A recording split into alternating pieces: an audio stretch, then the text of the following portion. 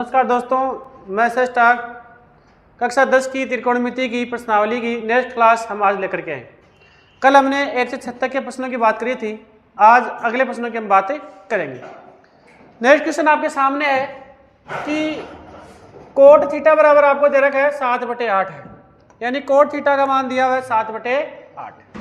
1 minus sine theta और 1 minus cos theta बटा 1 plus cos theta 1 minus cos theta का मान यहां से ज्ञात करना है।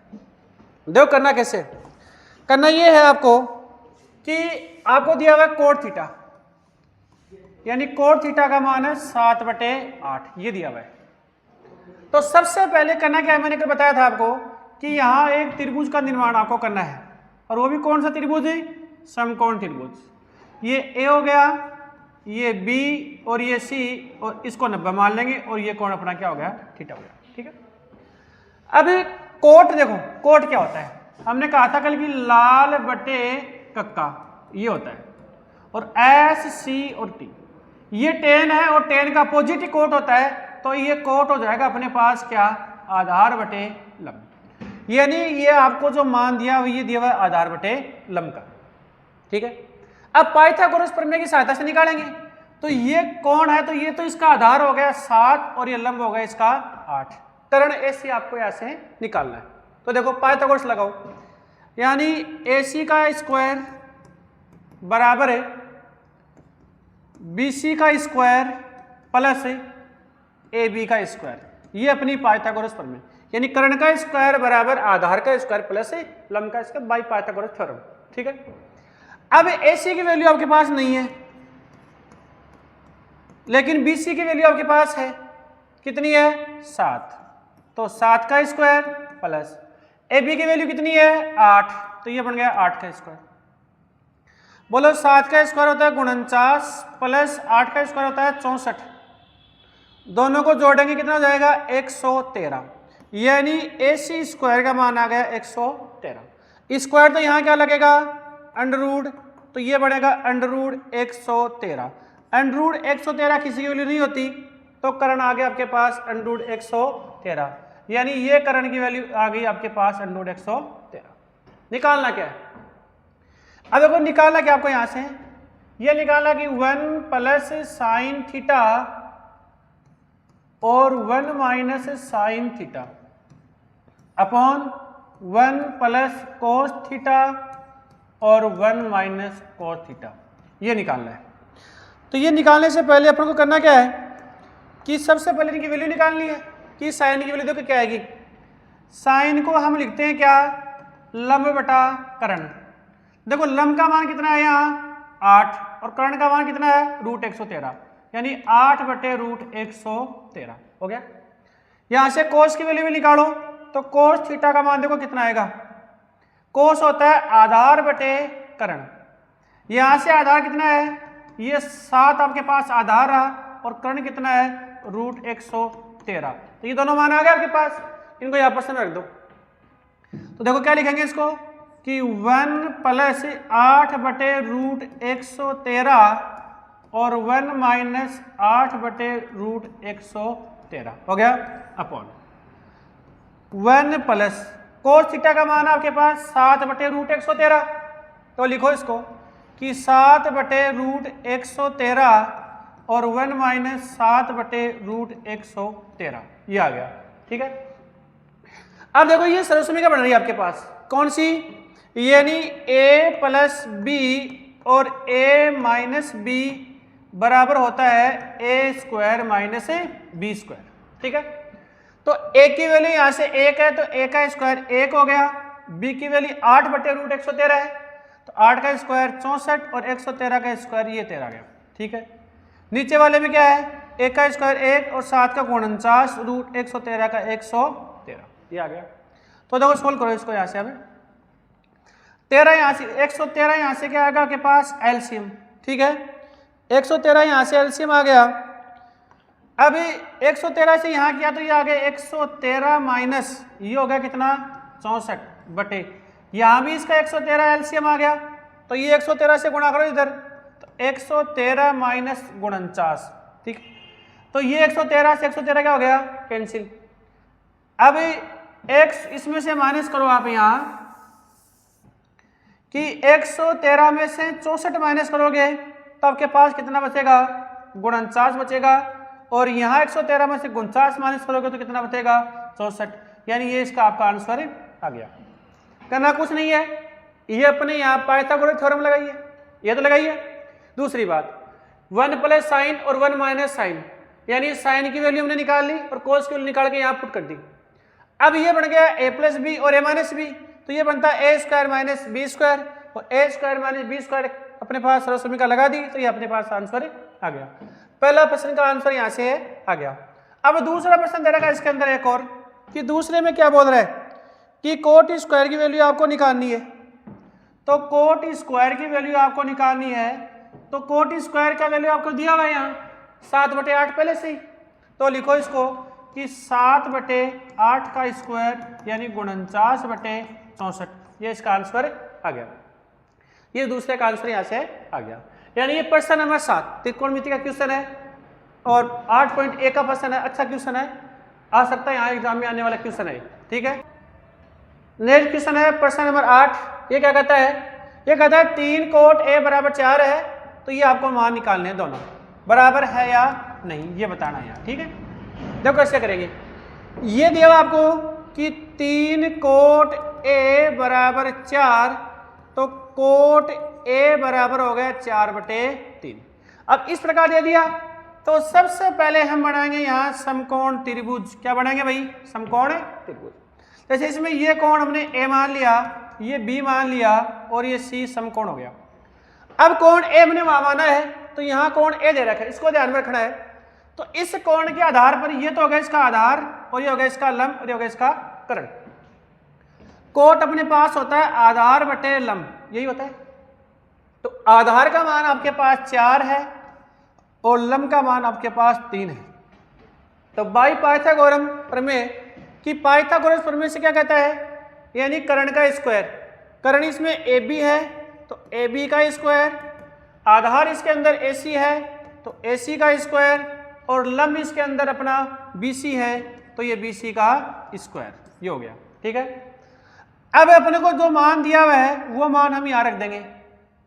यानी AC का मान आपको दिया हुआ है कितना, 4, तो 4 का स्क्वायर।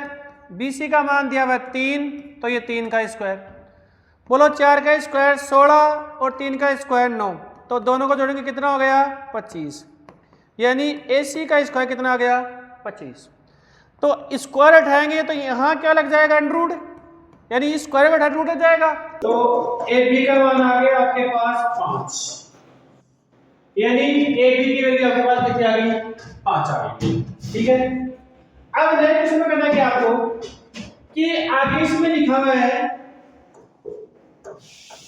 कि 1 माइनस 10 स्क्वायर a बटा 1 प्लस 10 स्क्वायर। यानी आपको सबसे पहले यहाँ मान चाहिए 10 का, इसका 10 का। देखो 10 हमारे पास क्या होता है, 10 होता है लंब बटे आधार। क्या होता है, लंब बटे आधार। सारे तेरा ओ एक नाम देखो हमारा घर की है, बनाने हमारा घर में। सबसे पहले हमें यहाँ 10 का मान निकालना है, तो 10a, तो 10a अपने पास होता है लंब बटे आधार। यानी इस कोण के आधार पर ये तो रहा लंब और ये रहा इसका आधार, यानी 3/4। तो यहाँ पे लिख दो आप, तो ये बनेगा अपने पास कि 1 माइनस 3/4 का स्क्वायर और बटा 1 प्लस 3/4 का स्क्वायर। ठीक है, अब करना क्या है कि 3 का स्क्वायर तो 9 होता है और 4 का स्क्वायर 16। इसी प्रकार नीचे में जाएगा 3 का स्क्वायर 9 और 4 का स्क्वायर 16। अब इन दोनों का लेसन लेंगे यहाँ, तो इसका लेसन आएगा 16, तो 16 एकम 16 और माइनस 9 और ये कोण में 16 लघुत्तम आ जाएगा इसका, तो ये हो जाएगा 1 प्लस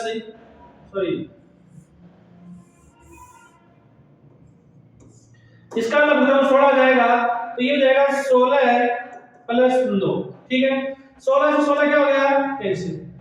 अब 16 में से 9 गया तो अपने पास 7 बचेंगे और 16 और 9 जोड़ेंगे तो कितने रहेंगे, 25। यानी इसकी जो वैल्यू है वो आपके पास कितनी आ गई, 7/25।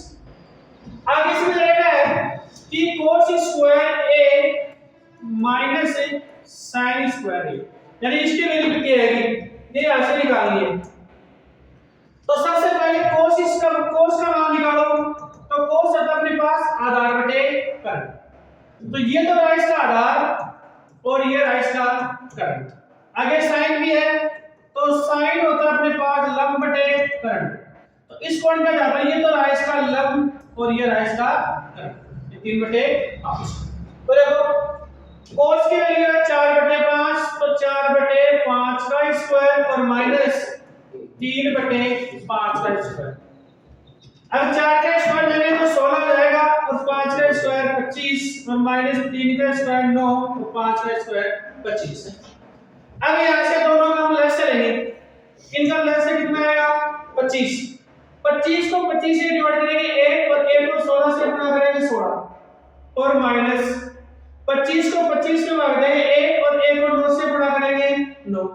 अब 16 में से 9 गए तो कितने बचेंगे 7 और नीचे कितने हैं 25। तो ये आ गया 7/25। किसकी वैल्यू आ गई, इसकी वैल्यू।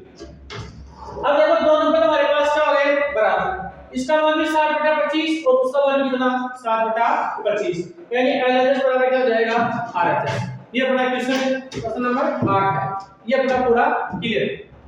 इस प्रकार से करना क्या, सबसे पहले पाइथागोरस थ्योरम लगाओ और पाइथागोरस थ्योरम से किसका मान निकालो, जो नहीं दिया उसका निकालो।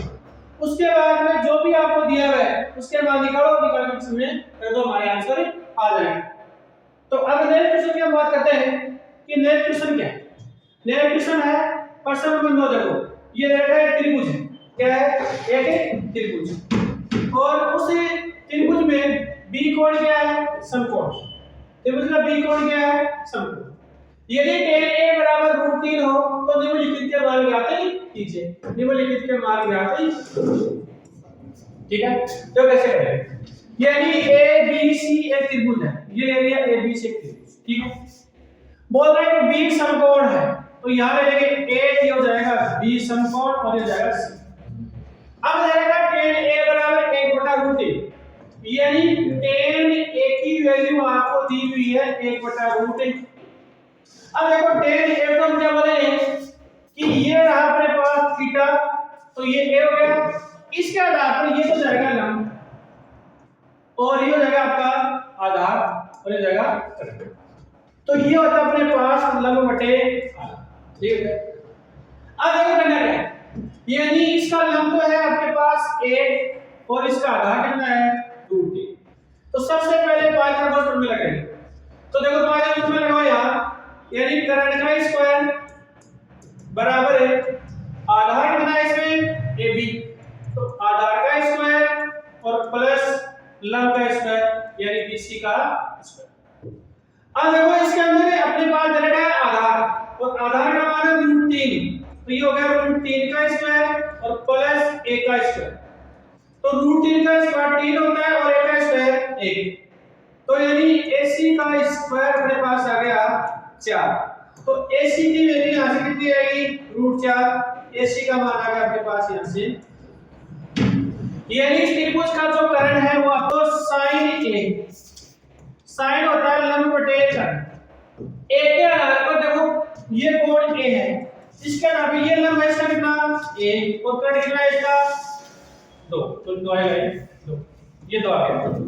अब उसके बाद में देगा आपको cos C, क्या देगा है cos C, तो cos C की वैल्यू निकालो यहां से। अब कोण C है तो ये कोण C होगा, इस कोण के आधार पर ये तो होगा इसका आधार और ये होगा इसका करंट।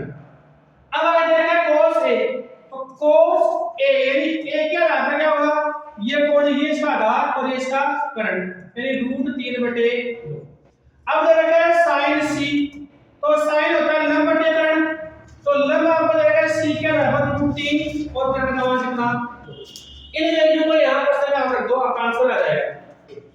कैसे देखो, यानी sin A और cos C plus cos A और sin C, ये निकाल। तो cos A की वैल्यू ये रही 1/2, cos sin A का मान है 1/2 और गुणा cos C का मान भी 1/2 प्लस cos A का मान देगा आपको √3/2 और साइन सी का मान भी रूट 3/2। इनको गुणा करेंगे तो 1/4 प्लस ये गुणा रूट कट जाएगा तो 3/4। अब यहाँ से तो जोड़ना है दोनों को, तो 4 तो इनका लेस आ जाएगा। 4 में 4 का भाग देंगे एक बार, तो 4 में 4 का भाग देंगे एक, और ये तो 3 से गुणा करेगा 3, यानी 4/4 इसका मान कितना आ गया। यानी इस पहले प्रश्न का आंसर कितना आ गया आपका, 1 आ गया। अब क्वेश्चन नंबर सेकंड निकालेंगे।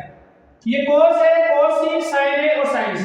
देखो इनके मान अपने पास है क्या, cos a का मान ये रहा, cos c का मान भी ये रहा, sin a का भी है और sin c का मान भी अपने पास है।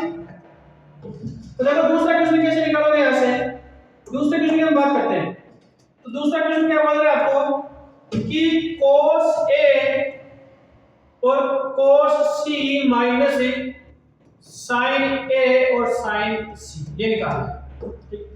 देखो cos a की वैल्यू ये रही √3/2 और गुणा cos c की वैल्यू है 1/2, sin c की वैल्यू आपके पास कितनी है, रूट sin a का मान है 1/2 और sin c का मान है √3/2।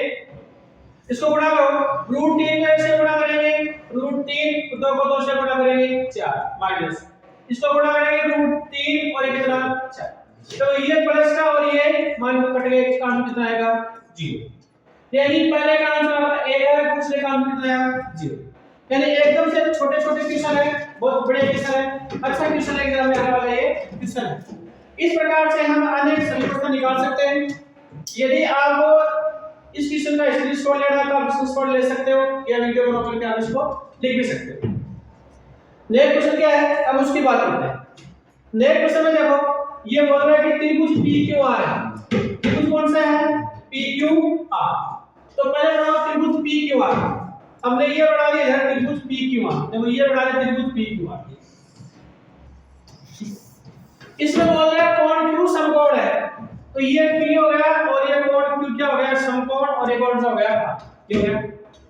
अब अगर इसमें दे रखा है कि PR प्लस QR का मान 25 सेमी है और PQ का मान 5 सेमी है, तो PQ यही है, इसका मान तो 5 सेमी है। तो sin P, cos P और tan P तीनों का मान आपको ज्ञात करना। जो कैसे करें, इसमें दिया हुआ है क्या आपको, इसमें ये दिया हुआ है कि PR प्लस QR, ये तो दे रखा है 25, यहां से मान निकालेंगे PR का, तो ये रहेगा 25 माइनस QR, या ठीक है। अब इसमें आपको PQ का मान दे रखा है, तो PQ का मान दे रखा है आपको 5 सेमी, हो गया। अब आपको ये भी निकालना है, ये कितना आएगा और ये भी कितना आएगा, दोनों निकालने हैं। तो दोनों को कैसे निकालेंगे, उसके बाद ही करते हैं। तो दोनों को निकालने के लिए जब पार्टिकल्स में काम करेंगे, तो पार्टिकल्स में क्या है कि PR का स्क्वायर बराबर PQ का स्क्वायर प्लस QR का स्क्वायर, यानी वही चीजें हैं, परिधि का स्क्वायर बराबर आधार का स्क्वायर प्लस लंब का स्क्वायर, ये चीजें यहां पूरी दी हुई है। देखो PR की आपको दी हुई है कितनी, ये दी हुई है, ये लिखा है 25 माइनस QR, और PQ का मान आपको 5 दिया हुआ है और QR का मान आपके पास नहीं है, QR की QR है। अब ये बढ़ गया a माइनस b का होल स्क्वायर, तो ये a का स्क्वायर यानी 25 का स्क्वायर 625 प्लस b का स्क्वायर यानी QR का स्क्वायर, और माइनस 2 यानी तो 50 QR, और 5 का स्क्वायर 25 और प्लस QR का स्क्वायर, ये हो गया आपके पास। अब QR से QR तो क्या आ गया आपका कैंसिल। अगर ये भी अचर है और ये भी अचर है, ये प्लस का इधर क्या हो जाएगा माइनस, तो 625 माइनस 25 बराबर ये प्लस का हो जाएगा तो 50 QR, ओके। अब यहां से माइनस प्लस को, तो ये बचेंगे 600 और बराबर 50 QR, ये गुणा में राइज के भाग में, तो QR की वैल्यू आपके पास यहां से आएगी 600/50, ये बिल्कुल से बिल्कुल कट गई और 5 के बटे से 12 बार, यानी QR का मान कितना आ गया आपके पास 12 सेमी, ये आ गया QR का मान। अब इस QR के मान को आप यहां रखो, तो यहां से आ जाएगी आपके पास किसकी वैल्यू, PR की वैल्यू, यानी PR कितना हो जाएगा 25 माइनस 12, यानी पीआर की वैल्यू कितनी आ गई आपके पास 13 सेंटीमीटर, यानी पीआर और क्यूआर दोनों आ गए। ये तो आ गया आपके पास 13 और ये आ गया आपके पास 12 और ये 5 देखो निकालेंगे sin p cos p, यानी cos p और tan, तो कोण p ले रखा है इसमें, कौन सा ले रखा है कोण p ले रखा है, तो देखो लिखो, यानी सबसे पहले है sin p, sin होता है लंब बटे कर्ण, लंब बटे कर्ण।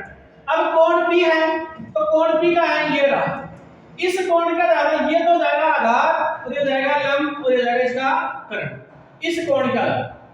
तो देखो इस कोण के आधार पर, क्योंकि हमने कहा था कि न्यून कोण के सामने वाली भुजा क्या होती है लंब होती है, अब यहाँ इसने कोण p दे रखा है तो p के सामने वाली भुजा qr लंब है, इसका मान दे रखा है आपको 12 और pr का मान कितना आ गया 13, यानी sin p की वैल्यू आ गई 12/13, ये आ गया पहला, ठीक है।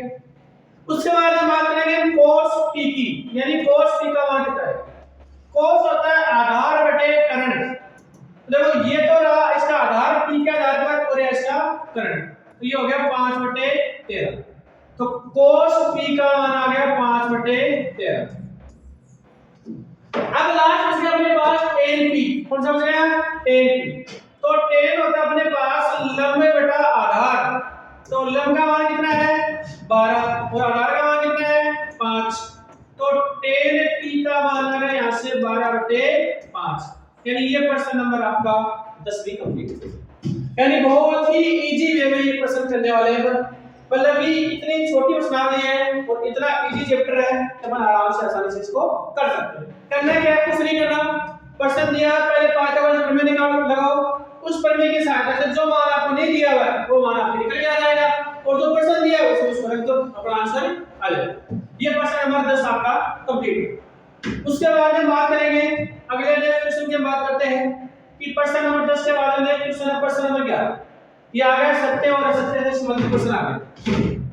तो कैसे करेंगे, इस प्रश्नावली का लास्ट क्वेश्चन है 11 कि बताइए कि कौन सा कथन सत्य है और कौन सा कथन असत्य है, कारण सहित अपने उत्तर की पुष्टि कीजिए। देखो tan a का मान सदैव 1 से कम है, कैसे देखो tan की जब आप सारणी पढ़ते हो तो इसमें देखो tan के मान में देखो tan अपन निकाले tan a निकाले, या अपन tan 0 की वैल्यू यहां से निकाले, यानी tan 0 निकालते हैं सबसे पहले, तो tan होता है sin बटे cos, यानी sin 0 बटे cos 0, ये होता है।